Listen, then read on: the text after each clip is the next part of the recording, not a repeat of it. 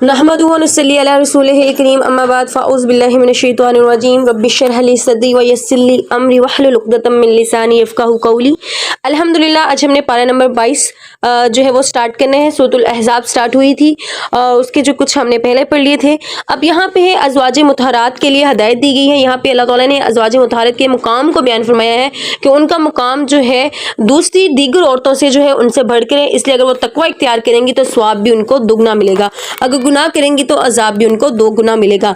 यहाँ इन्हें 6 हदायत दी गई हैं। सबसे पहले फर्स्ट है, अगर कोई बंदा मुसलसल पूछने आ जाए, कोई मसला पूछने आए तो जानबूझकर नज़ाकत से यानी नरमी से बात ना करें। वरना अगर उसके शख्स की या उस शख्स के दिल में कोई मर्ज पैदा हुआ तो उसके दिल में तमा पैदा होगी, यानी कोई चाहत या इस तरह से ऐसी कोई ख्वाहिश पैदा हो जाएगी। ये बाकी आम वुमेंस के लिए भी है ये, लेकिन अब यहाँ पे अज़वाज मुतहरात का जिक्र हो रहा है, इसलिए उनका जो है यहाँ पे हम बात करें। सबसे पहले अपने घरों में इकरार के साथ रहें, यानी बेजानी के साथ ये ना करें कि हमें बेजा फजूल जिन्हीं घरों से बाहर निकलें, ये ना करें। तीसरा, कदीम जहालियत की तरह बनाओ सिंगार करके या बनाओ सिंगार अपना दिखाती ना फिरें। 4th नंबर पे नमाज की पाबंदी किया करें। 5वें पे ज़कात अदा किया करें। 6ठा, अल्लाह ताला और उसके रसूल सल्लल्लाहु अलैहि वसल्लम की अताअत करें। अब ये दीगर तमाम मुसलमान औरतें भी इसमें शामिल हैं कि उनको भी यही रूल्स हैं, उनके लिए भी यही हुक्म है। अहले बैत में अब कौन कौन शामिल है? यहाँ पे अहले बैत का जिक्र है। अज़वाज मुतहरात से अल्लाह ताला गंदगी को दूर कर ऐसी पाक चीज़ें अता फरमाएंगे जो हर तरह से मुकम्मल होंगी।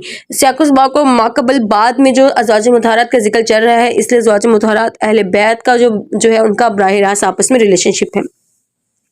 यहाँ पर ज़्यादातर जो है उनकी 4 जो है मुल्फ़ाज़ सही मुस्लिम हदीस के मुताबिक जो है चारों बिनात यानी हज़रत ज़ैनब, हज़रत उम्मे कुलसूम, हज़रत रुक़ैया, हज़रत फ़ातिमा ज़हरा रज़ियल्लाहु तआला अन्हा और उनकी औलाद और हज़रत अली रज़ियल्लाहु तआला अन्हा शामिल हैं। फिर हुक्म खुदा है कि हुक्म मुस्तफ़ा के सामने तस्लीम खम करना। इस आयत का शान नज़ूल ये है कि जब आप सल्लल्लाहु अलैहि वसल्लम हज़रत ज़ैद बिन हारिस का निकाह जब अपनी फूफी की बेटी हज़रत ज़ैनब बिनते हजश के साथ करवाना चाहा तो हज़रत ज़ैनब और उनके भाई अब्दुल्ला बिन हजश को ये बात नागवार गुजरी, उनको बिल्कुल पसंद आई, क्योंकि हज़रत ज़ैद जो थे आज़ाद करदा गुलाम थे, जबकि हज़रत ज़ैनब जो थी कुरैशी ख़ानदान से थी। साफ ज़ाहिर है कि वो ऊंचे ख़ानदानों वाली औरत का एक आज़ाद करदा गुलाम से जो निकाह था वो बहुत मायूब समझा जाता था। तो अल्लाह ताला ने इस आयत को नाज़िल फरमाया कि जब अल्लाह ताला या उसका रसूल किसी काम का फ़ैसला कर दें या फरमा दें तो फिर किसी मोमिन या मोमिना की शान के लायक नहीं कि वो इस फ़ैसले को कबूल ना करें। इस आयत के नुज़ूल के बाद दोनों बहन भाई ने जो है फ़ैसले को तस्लीम किया और निकाह पर जो है रज़ामंदी ज़ाहिर की। हज़रत ज़ैनब रज़ियल्लाहु तआला अन्हा का यहाँ पे पूरा वाक़या अल्लाह ताला ने बयान फरमाया है कि आपने सल्लल्लाहु अलैहि वसल्लम ने हज़रत ज़ैद बिन हारिसा रज़ियल्लाहु तआला अन्हा का निकाह अपनी फूफी की बेटी हज़रत ज़ैनब रज़ियल्लाहु तआला अन्हा से करा दिया, चूँकि ज़ैनब बिन हजश जो थी ऊंचे ख़ानदान से थी, कुरैश ख़ानदान से थी, और हज़रत ज़ैद जो थे आज़ाद करदा गुलाम थे, इसलिए उनकी आपस में अनबन रहती थी, मतलब थोड़ी सी लड़ाई झगड़ा रहता था। वो अपने आप को ऊंचे ख़ानदान की समझती थी, तो हज़रत ज़ैद जो थे आज़ाद करदा गुलाम थे, वो रुतबे में थोड़ा सा ज़ाहिर कम थे, लेकिन ऐसा कुछ भी नहीं था। लेकिन हज़रत ज़ैद ने बिलाखिर नबी करीम सल्लल्लाहु अलैहि वसल्लम से तलाक देने के लिए मशवरा किया। आप सल्लल्लाहु अलैहि वसल्लम ने अल्लाह ताला से डरिए, तलाक ना दीजिए और एक दूसरे के हकूक़ को अदा करते हैं। अल्लाह ताला ने भी नबी करीम सल्लल्लाहु अलैहि वसल्लम को वही के ज़रिए आगाह फरमा दिया कि तलाक होगी, इसके बाद आप हुक्म खुदाबंदी से हज़रत ज़ैनब से निकाह करेंगे। फिर इसके बाद जो है हज़रत ज़ैनब का निकाह जो है आप सल्लल्लाहु अलैहि वसल्लम से हुआ, लेकिन आप सल्लल्लाहु अलैहि वसल्लम इसका इजहार नहीं फरमा रहे थे, क्योंकि आप सल्लल्लाहु अलैहि वसल्लम का निकाह होने से मुखालफीन को बहुत एतराज़ हो सकता था कि वो अपने मुँह बेले बेटे की बीवी से निकाह कर लिया। लेकिन अल्लाह नबी करीम सल्लल्लाहु अलैहि वसल्लम के ज़रिए इस रस्म को मिटाना था कि मुँह बेला बेटा जो होता है वो आपका हकीकी बेटे की तरह बिल्कुल नहीं होता। इसलिए हज़रत ज़ैद रज़ियल्लाहु तआला के तलाक के बाद जो है आप सल्लल्लाहु अलैहि वसल्लम का निकाह जो है हज़रत ज़ैनब से हो गया। अगली आयत में फरमाया कि आप सल्लल्लाहु अलैहि वसल्लम किसी मर्द के जो है निस्बी बाप नहीं है, लेकिन आप अल्लाह ताला के आखिरी रसूल या खातमुन नबीयीन हैं। फिर अकीदा ख़त्म नबूवत की बात की गई है कि आप सल्लल्लाहु अलैहि वसल्लम को नबी मानना भी ज़रूरी है और आखिरी नबी भी मानना ज़रूरी है, इसलिए कि आप सल्लल्लाहु अलैहि वसल्लम के बाद कोई नबी नहीं रहेगा, आप खातमुन नबीयीन हैं। अब खातमुन नबीयीन की 5 सिफ़ात को भी अल्लाह ताला ने यहाँ पे जिक्र फरमाया है। यहाँ 2 आयत में नबी पाक सल्लल्लाहु अलैहि वसल्लम की 5 सिफ़ात बयान की गई हैं। आप सल्लल्लाहु अलैहि वसल्लम क़यामत तक अपनी उम्मत या दीगर तमाम अंबिया अलैहिस्सलाम की उम्मतों पर गवाही देंगे, जबकि गुज़श्ता उम्मतें जो हैं अपने नबियों की जो है वो तकज़ीब करेंगी, उनकी मुखालफत करेंगी, बल्कि नहीं मानेंगी। बिशारत देने वाले थे, आप डराने वाले थे, अल्लाह ताला के हुक्म से अल्लाह ताला की तरफ बुलाने वाले और ऐसे चिराग हैं जो उम्मत को रोशनी देते थे। अब खातमुल नबिया की खुसूसियात क्या थी? नंबर 1, वो 4 से ज़ायद बीवियाँ आपके लिए हलाल थी। नंबर 2 हलाल थी। नंबर 2 जो थी माल फ़ई में जो भी बांदी आपकी मलकियत में आ जाए, यानी जो माल गनीमत में या कुफार की तरफ से जो भी गुलाम बांदी आपकी मलकियत में आ जाए तो आपके लिए हलाल थी। खासियत इस तरह से है कि तकसीम से पहले आप किसी बांदी को ले सकते हैं। تو آپ صلی اللہ علیہ وسلم نمبر 3 پہ آپ صلی اللہ علیہ وسلم کے لیے چچا کی بیٹیاں، پھپھو کی بیٹیاں اور ماموں کی بیٹیاں، آپ صلی اللہ علیہ وسلم تیسرے نمبر پہ آپ کی چچا کی بیٹیاں، پھپھو کی بیٹیاں اور ماموں کی بیٹیاں اور خالہ کی بیٹیاں صرف وہ حلال ہیں جنہوں نے آپ صلی اللہ علیہ وسلم کے ساتھ ہجرت کی ہیں۔ نمبر 4، اگر کوئی ایمان والی عورت اپنے آپ کو نبی پاک صلی اللہ علیہ وسلم کے لیے ہدیہ کرے، یعنی بغیر حق مہر کے اور بغیر مکمبر پاک سے نکاح کرنا چاہے تو نکاح ہو سکتا ہے، صرف یہ نبی یعنی آپ صلی اللہ علیہ وسلم کے لیے اجازت ہے۔ اب یہ جو اگر ہم انہی چیزوں کو لوگ پتہ کیا کہتے ہیں کہ وہ کہتے ہیں کہ جی 4 بیویاں اسلام میں جائز ہیں تو اس لیے جی ہم بھی 4 نکاح کریں گے۔ اللہ سبحانہ تعالیٰ نے کسی اور طرح سے کہا، یہ نہیں کہا کہ آپ ایک ہی حقوق نہیں ادا کرو اور دوسری کرنے بیٹھ جاؤ، نہیں، اپنی پہلی وائف کے اگر حقوق ادا کر رہے ہو، آپ کے اندر اتنی استطاعت ہے کہ آپ دونوں کے حقوق ایکوالٹی سے ادا کر سکتے ہو تو پھر آپ نکاح کر سکتے ہو۔ کھانے کی دعوت کے آداب پھر یہاں پہ بتائے گئے ہیں۔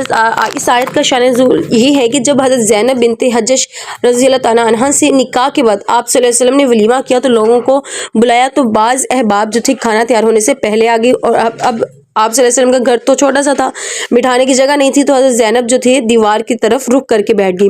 کھانا کھا لیا گیا، لیکن بعض لوگ انہیں اٹھے اور وہیں پر باتیں کرنے کے لیے وہیں پہ بیٹھ گئے، یعنی گفتگو کرنے کے لیے بیٹھ گئے۔ تو آپ صلی اللہ علیہ وسلم کو بالکل یہ ناگوار گزرا کہ آپ اٹھ کر باہر تشریف لے گئے۔ جب آپ واپس آئے تو دیکھا کہ لوگ پھر بھی بیٹھے ہوئے تھے، تو اس سے آپ کو ناگواری ہوئی، تو ان لوگوں کا احساس ہوا اور وہ اٹھ کر چلے گئے۔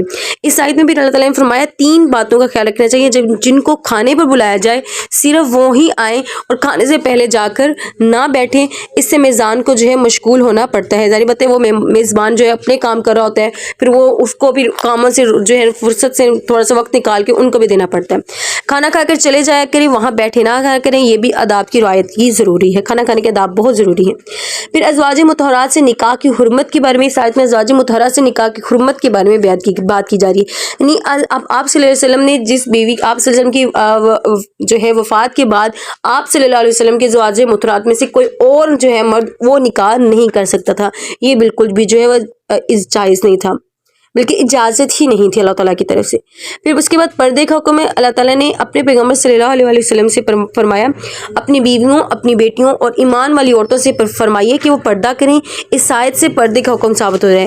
یہ حکم صرف ازواج مطہرات کے ساتھ خاص نہیں ہے، بلکہ تمام ایمان والی عورتیں کو حکم ہے کہ اپنے گھر سے جب نکلیں تو بڑی چادر اوڑھ لیا کریں، ایسی چادر ہونا چاہیے جس سے ان کی جسم کی ساخت ہے، جو اس کی جسم کی بناوٹ جو ہے وہ چھپ سکے۔ چادر ہو یا برقع ہو، دونوں میں سے کوئی سی چیز کا خیال رکھنا ضروری ہے۔ اب یہ نہ ہو کہ برقع اس طرح سے ہو کہ جس سے جسم کی نمائش ہو رہی ہو، اس طرح کا نہیں ہونا چاہیے۔ یہاں پہ امانت کی حامل بتایا گیا کہ انسان کے پاس اگر امانت آ جائے، امانت سے اب یہاں پہ مراد شریعت ہے۔ اللہ تعالیٰ رب العزت نے امانت یعنی عقائد و اعمال دونوں پیش فرمائے ہیں، آسمان پر، زمین پر، پہاڑوں پر، اور ساتھ یہ بھی اختیار دیا کہ تم چاہو تو لے لو اور تم چاہو تو نہ لو۔ تو آسمان زمین پہاڑوں سے اس بار کو اٹھانے سے انکار کر دیا۔ جب اللہ تعالیٰ نے پوچھا کہ میں توحید یعنی قرآن پاک کا نزول کرنے والا ہوں، کیا تم لوگے؟ تو پہاڑوں نے کہا کہ میں یہ بوجھ نہیں اٹھاؤں گا۔ تو بنی نوع انسان نے اس کو اٹھا لیا، اور تو اللہ تعالیٰ نے اس کو اشرف المخلوقات کا بھی شرف دیا۔ اس سے نیکسٹ ہمارے پاس سورۃ السبا کا آغاز ہو رہا ہے۔ سورۃ السبا کا واقعہ جو ہے، اس میں قوم سبا کا واقعہ بیان کیا گیا ہے، اس سے سورۃ کا نام سورۃ السبا رکھا گیا۔ حضرت داؤد علیہ السلام کے سب سے پہلے یہاں پہ فضائل ہے، وَلَقَدْ آتَيْنَا دَاوُودَ مِنَّا فَضْلًا يَا جِبَالُ أَوِّبِي مَعَهُ وَالطَّيْرِ۔ اب یہاں سے اللہ تعالیٰ نے حضرت داؤد علیہ السلام کو حسن صورت جو تھی نا، حسن صورت جو عطا فرمائی تھی۔ جب حضرت داؤد علیہ السلام تسبیح و ذکر کرتے تھے نا، تو اللہ تعالیٰ نے پہاڑوں اور پرندوں کو مسخر کر دیا تھا، کہ انہیں حکم دیا تھا کہ جب داؤد علیہ السلام تسبیح کریں تو ان کے ساتھ مل کر تسبیح کیا کرو۔ ان کی آواز میں جو تھی اتنی مٹھاس تھی کہ جو ہے وہ پرندے، چرند، پہاڑ، بے جان کوئی بھی چیز جو تھی نا وہ رہ نہیں سکتی تھی۔ ایک تو ان کی آواز کی وجہ سے بھی نہیں رہ سکتی تھی، اور دوسرا جو تھا اللہ تعالیٰ کا حکم تھا، اس لیے وہ جو ہے ان کے ساتھ تسبیح کیا کرتے تھے۔ اور مزید یہ کہ اللہ تعالیٰ نے لوہے کو ان کے لیے نرم فرما دیا تھا، وہ اپنے ہاتھ سے اسے موڑ کر جو ہے وہ کچھ بھی بنا دیتے تھے، بڑے عمدہ طریقے سے اور سلیقے سے بناتے تھے۔ پھر اس میں سلیمان علیہ السلام کے معجزات ہیں اور ان کے انعامات ہیں۔ اللہ تعالیٰ نے ہوا کو حضرت سلیمان علیہ السلام کے تابع فرما دیا تھا۔ اب ہوا کو جس طرح سے حکم دیتے، ہوا اسی رخ کا جو ہے اختیار کر لیتی تھی، اور جس طرف کہتے تو اسی طرف چل جاتی تھی۔ وہ اس کے ذریعے جو ہے دور دراز کا سفر مختصر وقت میں طے کر لیتے۔ اب یہاں پہ اللہ سبحانہ تعالیٰ نے قرآن سے بتایا کہ آپ دور دراز کا سفر کس طرح سے کر سکتے ہیں، اب ہوا کو مسخر کس طرح کر سکتے ہیں۔ اب سائنٹسٹ نے اس آیت کے ذریعے جو ہے ایروپلینز کا اور اس کے بعد جو ہے ہوائی جہاز، جتنی بھی یہ چیزیں بنائی ہیں، اس آیت کو مد نظر رکھتے ہوئے کہ ہم ہوا کو کس طرح سے کنٹرول کر سکتے ہیں۔ اللہ اکبر، دیکھیں اللہ نے جو ہے قرآن پاک میں بتا دیا کہ تم ہوا کو کس طرح سے مسخر کر سکتے ہو۔ پھر تختوں کا ہوا میں اڑتا ہوا اور 1 مہینے کی مسافت صرف ایک یا صبح یا شام میں طے کر لینا۔ جنات کو بھی اللہ تعالیٰ نے آپ علیہ السلام کے تابع کر دیا تھا، جیسے چاہتے تھے ان سے کام لیتے تھے۔ تانبے کا چشمہ بھی تھا جس سے برتن وغیرہ وہ بناتے تھے۔ سلیمان علیہ السلام کی جب وفات ہوئی اس کا قصہ یہاں بیان کیا گیا۔ سلیمان علیہ السلام ایک دن عبادت کے لیے عصا لے کر کھڑے ہو گئے، مطلب عصا لے کے نہیں، سہارا لے کے کھڑے ہو گئے۔ جنات دیکھ رہے تھے، آپ کی عبادت کے ساتھ ساتھ وہ نگرانی بھی کر رہے تھے۔ اسی دوران ملک الموت نے جو ہے اللہ تعالیٰ نے حکم دیا کہ ملک الموت کو کہ آپ سلیمان علیہ السلام کی روح قبض کر لیں۔ آپ علیہ السلام فوت ہو گئے، لیکن جنات یہی سمجھتے تھے کہ سلیمان علیہ السلام زندہ ہیں اور نگرانی کریں، ہماری نگرانی کریں، ہمیں دیکھ رہے ہیں کہ ہم کیا اپنے کام جو ہے وہ صحیح کریں کہ نہیں کریں۔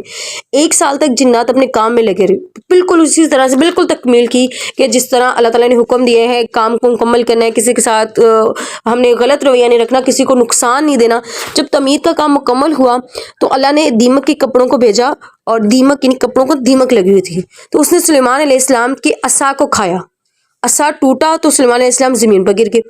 اب 1 سال تک جو ہے حضرت سلیمان علیہ السلام وہ عصا کا سہارا لے کے نا چار نماز پہ کھڑے ہوئے ہیں، اور حضرت سلیمان علیہ السلام کی روح جو ہے قبض ہو چکی ہوئی ہے، ان کی جان نکل چکی ہوئی ہے، اور جنات 1 سال تک یہی سمجھتے رہے کہ حضرت سلیمان علیہ السلام زندہ ہیں اور وہ نماز کی ادائیگی میں ان کی نماز کی بہت لمبی ہوگی اور وہ ہماری نگرانی کریں۔ پھر اللہ تعالیٰ نے دیمک کے کپڑے کو بھیجا اور کہا کہ اس کے عصا کو کھاؤ۔ جب ان کا عصا ٹوٹا تو سلیمان علیہ السلام زمین پر گر گئے۔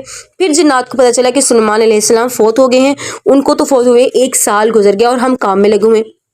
اس سے 2 باتوں کا ہمیں پتہ چلتا ہے کہ بیت المقدس کا جو باقی ماندہ کام تھا وہ مکمل ہو جائے، یعنی بیت المقدس کا جتنا، مسجد اقصیٰ کا جتنا کام تھا بیت المقدس کا وہ یہاں پہ مکمل ہو جائے۔ اور یہ واضح رہے کہ جنات عالم جو ہے الغیب نہیں ہے، یعنی جو کہتے ہیں نا جنات کو ہم بلا لیں گے، یہ جی موکل جو بھی کہا جاتا ہے کہ یہ تو ہمارا یہ علم رکھتے ہیں، یہ ان کو علم ہے، یہ سب چیزیں یہ کر لیں گے۔ آپ ان کو بھی کوئی چیز بتاتے ہو تو اللہ سبحانہ تعالیٰ کے حکم سے وہ کرتے ہیں، ان کو بھی عالم الغیب یعنی علم غیب نہیں ہے۔ لیکن ہم جو آپ کسی بھی بابا کے پاس جاؤ، کسی بھی آپ بڑے جادوگروں کے پاس جاتے ہو، وہ یہی کہتے ہیں ان کے پاس علم الغیب ہے۔ تو یہاں پہ اللہ تعالیٰ نے بتانا مقصود تھا کہ جنات کے پاس بھی علم الغیب نہیں ہے۔ اگر آپ کے پاس کوئی جنات آتا ہے، اگر آپ اس کو اللہ کے حکم کے تابع کرتے ہیں تو اللہ کے حکم تابع ہوتے ہیں۔ یہاں پہ جو ہے جنات جو ہے سرکشی پہ آئے تھے، پھر یہاں پہ جو ہے تفرقہ ہوا تھا، یہاں پہ اللہ تعالیٰ سبحانہ تعالیٰ نے منع فرما دیا تھا کہ اب تم جو ہے جنات کو جو ہے قرآن کی تعلیم نہیں فرماؤ گے۔ جس طرح انسانوں میں کچھ اچھے اور برے لوگ ہوتے ہیں، اسی طرح جنات میں بھی بالکل اس طرح سے ہے۔ پھر یہاں پہ قوم سبا کا واقعہ ہے۔ قوم سبا کے رہنے کی جگہ میں اللہ تعالیٰ نے برکت عطا فرمائی تھی قوم سبا کو۔ یہ ملک یمن کے دارالحکومت کا نام ہے سبا، جس کو اب سنہا سے یہ میکسیمم 3 منزل کے فاصلے پر واقع ہے۔ اب یہاں پہ مارب جو تھا اس قوم میں آباد تھی، مارب جو تھے وہ قبیلے کے لوگ تھے، اس قوم میں موجود تھے، اور یہ بہت خوبصورت جگہ تھی، بہت زیادہ خوبصورت۔ تو ان کی سڑکوں کے دونوں طرف سے نا پھلدار باغات کے سلسلے تھے۔ اب ملک یمن میں ابھی بھی جاؤ تو یہ بڑی خوبصورت جگہ مانی جاتی ہے، جو اتنے دور تک چلے جاتے، جتنی دور تک چلتے جاتے، اور پہاڑوں کے درمیان میں اور سائڈوں پہ نا سڑکوں میں اسی طرح سے پھل لگے رہتے۔ وہ پھل بھی ایسے تھے سڑک پہ گرتے نہیں تھے، بالکل درخت کی گوشوں کے ساتھ بڑے خوبصورت پھل۔ پھر ان کی پہاڑوں کے درمیان میں ایک وادی تھی جس میں یہ شہر آباد تھا، اسے قوم سبا کہتے ہیں۔ یہاں کے بادشاہوں نے پہاڑوں کے درمیان ایک مضبوط ڈیم سا بنا ہوا تھا جس میں پانی کا ایک ذخیرہ محفوظ کر لیا جاتا تھا۔ پہاڑوں سے آنے والا پانی یا بارشوں کا پانی اس میں ذخیرہ ہوتا تھا۔ جب انہوں نے اللہ تعالیٰ کی اس عظیم نعمت کی ناقدری کی تو اللہ تعالیٰ نے ان کے جو تھے نا بند توڑ دیے، اور توڑنے کے لیے جو ہے چوہے بھیجے، اور چوہوں نے کیا کیا، اور جو ان کے ڈیم کا جو بند تھا ان کو توڑ دیا، اور وہ جو ان کا ڈیم کا جو بند تھا جیسے وہ ٹوٹا تو پھر پورے علاقے میں جو تھی تو وہ تباہی و بربادی ہوگی۔ یہ قوم سبا نے جو اللہ تعالیٰ کی نعمت کی ناشکری کی تھی، ان کی ناقدری کی تھی، تو قوم سبا کے اوپر جو ہے چوہوں کا بھیجا گیا تھا، ان کے اوپر یہ عذاب آیا تھا۔ اب یہاں پہ غور و فکر کی اللہ تعالیٰ نے آخری اس آیات میں دعوت دی ہے کہ مشکرین آپ صلی اللہ علیہ وسلم کو مجنون کہتے تھے، یعنی جادوگر کہتے تھے، دیوانہ کہتے تھے۔ اس آیت میں اللہ تعالیٰ نے بتایا ہے اِنَّ تَقُومُ لِلَّهِ مَثْنَىٰ وَفُرَادًا۔ اللہ تعالیٰ نے فرمایا آپ ان سے فرمائیے کہ میں تمہیں ایک بات کی نصیحت کرتا ہوں کہ تعصب اور ضد کو چھوڑ دو، یعنی اپنے اندر یہ جو تم نے تعصب بنا رکھا ہوا ہے، اپنے آپ کو یہ جو کہتے ہو کہ محمد عربی مصطفیٰ صلی اللہ علیہ وسلم معاذ اللہ ایک کوئی جادوگر ہے یا کوئی دیوانے ہیں، یہ سب کہنا چھوڑ دو، بلکہ آپس میں انصاف کرتے ہوئے مشورہ کرو یا تنہائی میں بیٹھ کر सोच करो, ज़रा फिक्र करो और अपने अंदाज में बैठ के सोचो। मैं नहीं तुम्हें कहता कि तुम अब मेरी कुरान की तरफ आओ, बल्कि अपने पास बैठ के सोचो, क्या तुम्हें लगता है मोहम्मद अरबी मुस्तफ़ा सल्लल्लाहु अलैहि वसल्लम कोई मजनून है? मोहम्मद सल्लल्लाहु अलैहि वसल्लम तुम्हारे अंदर 40 साल तक रहे, बचपन से लेकर अब तक सारे हालात तुम्हारे सामने हैं। उनकी सदाकत और अमानत की जो गवाही थी काफिर भी देते थे। तुम भी कायल हो इस शख्स पे, अब भी तुम ये कहोगे कि ये शख्स मजनून हो सकता है, तो लेकिन वो शख्स फिर भी मानने पर इनकार नहीं हुए। तो अल्लाह ताला ने मोहम्मद मुस्तफ़ा सल्लल्लाहु अलैहि वसल्लम को तसल्ली दी कि बेशक ये लोग नहीं मानेंगे, आप इस पर गम ना करें। अब यहाँ पे सूरतुल फातिर शुरू हो रही है। इस सूरत की पहली आयत में फातिर का लफ्ज़ है, इसी मुनासबत से इसका नाम जो है फातिर रखा गया। फातिर मक्की सूरत है और इसमें जो है तौहीद, रिसालत और आखिरत को जो है साबित करने के बयान दिए गए और इसमें मज़ीद आप सल्लल्लाहु अलैहि वसल्लम को तसल्ली भी दी गई है। अब यहाँ पे सबसे पहले फरिश्ते कासिद है। अल्लाह ताला ने फरिश्तों को अपना कासिद यानी नायब बनाकर भेजा है। कासिद का मानी है कि अल्लाह ताला का पैगाम जो रसूलों के दरमियान जो है फरिश्ते पहुंचाते हैं। फरिश्तों में से किसी के 2 पर हैं, किसी के 3 पर हैं और किसी के 4 पर हैं। अब ये जो है इससे हम ज़्यादा मालूम नहीं, क्योंकि जिब्राइल अलैहिस्सलाम के बारे में रवायत है कि उनके 600 पर थे। फिर कलमा तय्यबात का मुस्तदिक है, पाक कलमा से मुराद कलमा तौहीद है। इसके अलावा दीगर अस्कार भी हैं जिसमें जो इनमें शामिल है। अल्लाह ताला इनके तरफ चढ़ने का मतलब ये है कि वो कलमात अल्लाह ताला के नज़दीक मकबूल हो जाते हैं, यानी बहुत प्यारे होते हैं जो अल्लाह ताला के ये जो है कलमात पढ़ते हैं। 3 किस्म के अफराद का यहाँ पे जिक्र है। उम्मुल मोमिनीन हज़रत आयशा और दीगर सहाबा इकराम रज़ी अल्लाह ताला अजमाइन से ये बात साबित है कि जालिम, मुतअद्दिल और साबिक बिल खैर, ये तीनों उम्मत मुहम्मदिया के मुंतखब अफराद होंगे। अल्लाह ताला ने इस किताब के लिए उम्मत मुहम्मदिया को चुना है और इनमें जालिम, मुतअद्दिल और बहुत अच्छे भी लोग हैं। यानी वो लोग जो जालिम होंगे, मुतअद्दिल मतलब दरमियाने लोग होंगे और कुछ ऐसे होंगे जो बहुत अच्छे होंगे। जालिम वो है जो नेकियां करेंगे, गुनाहों से नहीं बचेंगे। मुतअद्दिल वो है जो हलाल काम करते हैं, हराम से लेकिन बचते हैं, लेकिन मकरूहात से नहीं बचते। जिन चीज़ को मकरूहात कहा गया है ना, वो मुस्तजाब नहीं करते। लेकिन मुस्तजाब, अब मकरूहात क्या होता है? जिनसे चीज कोई आप काम करोगे ना जिससे वो चीज़ यानी ज़ायल हो जाती है। रोज़ा जैसे कि मकरूहात होती है, ये चीज़ टूट जाती है। अब वो मकरूहात काम से बचते हैं, जैसे कि कहीं पर रफ़ा ईदैन मना किया गया है, रफ़ा ईदैन कहाँ, अब ये मकरूहात हैं, ये मुस्तजाबात में आते हैं। तो यहाँ पे ये क्लियर बात कर लें कि रफ़ा ईदैन जो है मुस्तजाबात में आते हैं, जिसको आप करने या ना करने पर कोई गुनाह नहीं है। लेकिन हाँ, ये जो हलाल काम करते थे, हराम से बचते थे और मुस्तजाब को भी नहीं करते थे, लेकिन मकरूहात से नहीं बचते थे। अब साबका बिल खैरात से है वो लोग हैं जो हलाल काम करते हैं, हराम से भी बचते हैं और मुस्तजाबात अपनाते हैं, मकरूहात से बचते हैं, लेकिन उसके बावजूद जो है कुछ चीज़ें ऐसी हैं जिनकी करने की इजाज़त है, वो इन इबादत में जो है वो बहुत ज़्यादा जो है वो छोड़ कर ना उसको इबादत करते हैं। ये जो है बिल खैर में लोगों में आते हैं। जो साबका बिल खैरात लोग हैं वो बगैर हिसाब की जन्नत में दाखिल हो जाएंगे और मुक़्तदिल जो नहीं मुतअद्दिल जो लोग हैं वो अल्लाह ताला की रहमत में जन्नत में दाखिल होंगे और वो तो अल्लाह की रहमत होगी। अब ये देखो जो साबका बिल खैरात लोग हैं जो हर काम से बचते हैं, हर काम से बचते हैं, वो बगैर हिसाब की जन्नत में दाखिल होंगे। जो मुत्तकी हैं, जो दीन अपने दीन होने पे यानी अपने पास जो है इस्लाम की तबलीग होने पे अब किसी के पास मालो दौलत है ना, वो इस चीज़ का अगर कहे कि मेरे पास तो मालो दौलत है और गुरूर तो कब्बूर करे, तो वो उसका एक अलग है, उसका गुनाह शायद इतना ज़्यादा नहीं है। अगर एक कोई आलिम या कोई दीन इस्लाम अगर ये कहे कि मैं इतनी नमाज़ें पढ़ता हूँ, मैं इतनी तस्बीह अज़कार करता हूँ, मैं तो जी तुम रोज़े नहीं रखते या तुम ये नहीं करते, तुम जवान हो गए ये नमाज़ नहीं पढ़ते, तुम्हारी नमाज इस तरह है, ये चीज़ को गुरूर और तकब्बुर में करे या अपने दीन को अपने ऊपर इसलिए जाहिर करे कि जी लोग मेरी तारीफ़ करें, कि मेरे दीनदार होने की तारीफ़ करें, मेरी वाह करें, तो ये जो है अल्लाह सुब्हानहू तआला को ये तकब्बुर जो है बिल्कुल भी पसंद नहीं है। और जो जालिम और असहाबे एराफ हैं वो रसूल अकरम सल्लल्लाहु अलैहि वसल्लम की शफाअत की वजह से जन्नत जाए। अब जालिम लोग कुछ ऐसे होंगे जो बिल्कुल सही जगह पे जुल्म किए होंगे। असहाबे एराफ वो होंगे जन्नत और दोज़ख के दरमियान एक दीवार होगी और वहाँ पे कुछ लोग बैठे होंगे जिन्हें असहाबे एराफ कहा जाता है। अब असहाबे एराफ जो है जन्नत और दोज़खों के दरमियान होंगे, यानी ना वहाँ ठंडी होगी ना वहाँ गर्मी होगी, दरमियाना मौसम होगा। वो आप सल्लल्लाहु अलैहि वसल्लम की शफाअत की वजह से जन्नत में जाएंगी। फिर जानवरों की हलाकत का यहाँ पे मतलब है कि जानवरों को जो तुम हलाक कर देते हो अल्लाह ताला अमाले कुफर की वजह से सजा देंगे और तुम ज़मीन पर किसी ज़ी रूह को ना छोड़े, ख्वाह वो जानवर हो या इंसान हो। इसका मतलब ये है कि जानवर इंसानों के फ़ायदे के लिए बनाए गए हैं। जब इंसानों को नहीं रखना तो फिर वो जानवरों के रखने का कोई फ़ायदा नहीं है। उनको बेहतर है कि वो जानवरों पर जो है वो जुल्म नहीं करें, बल्कि उनकी इस्तिताअत के मुताबिक उनकी कैपेसिटी के अकॉर्डिंग उनसे काम लें। तो ये चीज़ों से बचना है, कोशिश करनी है कि हमें रोज़े महशर आप सल्लल्लाहु अलैहि वसल्लम की शफाअत नसीब हो। अल्लाह ताला आपको मुझे कुरान पाक को सुनने और इस पर सही तरह पे अमल करने की तौफीक अता फरमाए। व आखिर दावाना अनिल हम्दुलिल्लाहि रब्बिल